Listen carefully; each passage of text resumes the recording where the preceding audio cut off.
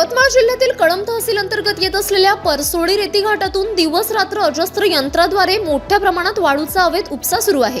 सदर घाट शासन नियमानुसार घरकुल लाभार्थ्यांसाठी खुला करण्यात आला। मात्र याच परसोडी घाटावर सर्व शासन नियम व अटी पायदळीत उडवून स्थानिक महसूल व पोलीस प्रशासनाच्या अर्थपूर्ण आशीर्वादाने भर दिवसा ट्रेझर बोर्ड तसेच पोकलँड मशीनद्वारे अवैध उत्खनन केले जात आहे।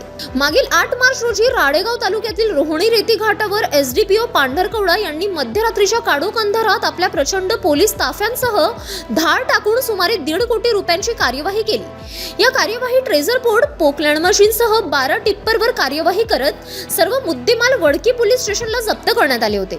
सदर कारवाईमुळे यवतमाळ जिल्ह्यातील आल्याने रेती माफियांचे चांगलेच धाबे दणाणले होते। मात्र असे असतानाही कळंब येथील तहसीलदार व उपविभागीय अधिकारी यांच्या अर्थपूर्ण आशीर्वादाने कळंब तालुक्यातील परसोडी रेती घाटावर मोठ्या प्रमाणात अजस्त्र यंत्राद्वारे वाळूचा अवैध उपसा रात्रंदिवस खुलेआम सुरू आहे। कुंपणाने शेत खावे अशी विदारक अवस्था परसोडी रेती घाटावर पाहायला मिळत आहे। एकीकडे एप्रिलचे लखलखते ऊन अंगाची लाही लाही करत असताना दुसरीकडे परसोडी रेती घाटावर नदीपात्राचे काळीज अक्षरशः ओरबडून काढले जात आहे।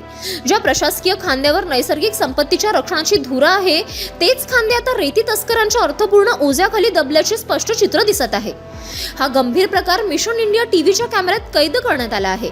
आता परसोडी घाटावर सुरू असलेल्या अवैध वाळू उपशांवर यवतमाळचे जिल्हाधिकारी विकास मीणा यांच्यासह महसूल मंत्री चंद्रशेखर बावनकुळे यांनी तात्काळ लक्ष देऊन परसोडी रेती घाटावर बेकायदेशीररित्या वाळू उपसा करणाऱ्या माफियांवर व यांना मुक्त संपत्ती देणाऱ्या दोषी अधिकाऱ्यांवर मोठी कार्यवाही करणार का याकडे आता सर्वांचे लक्ष लागले आहे।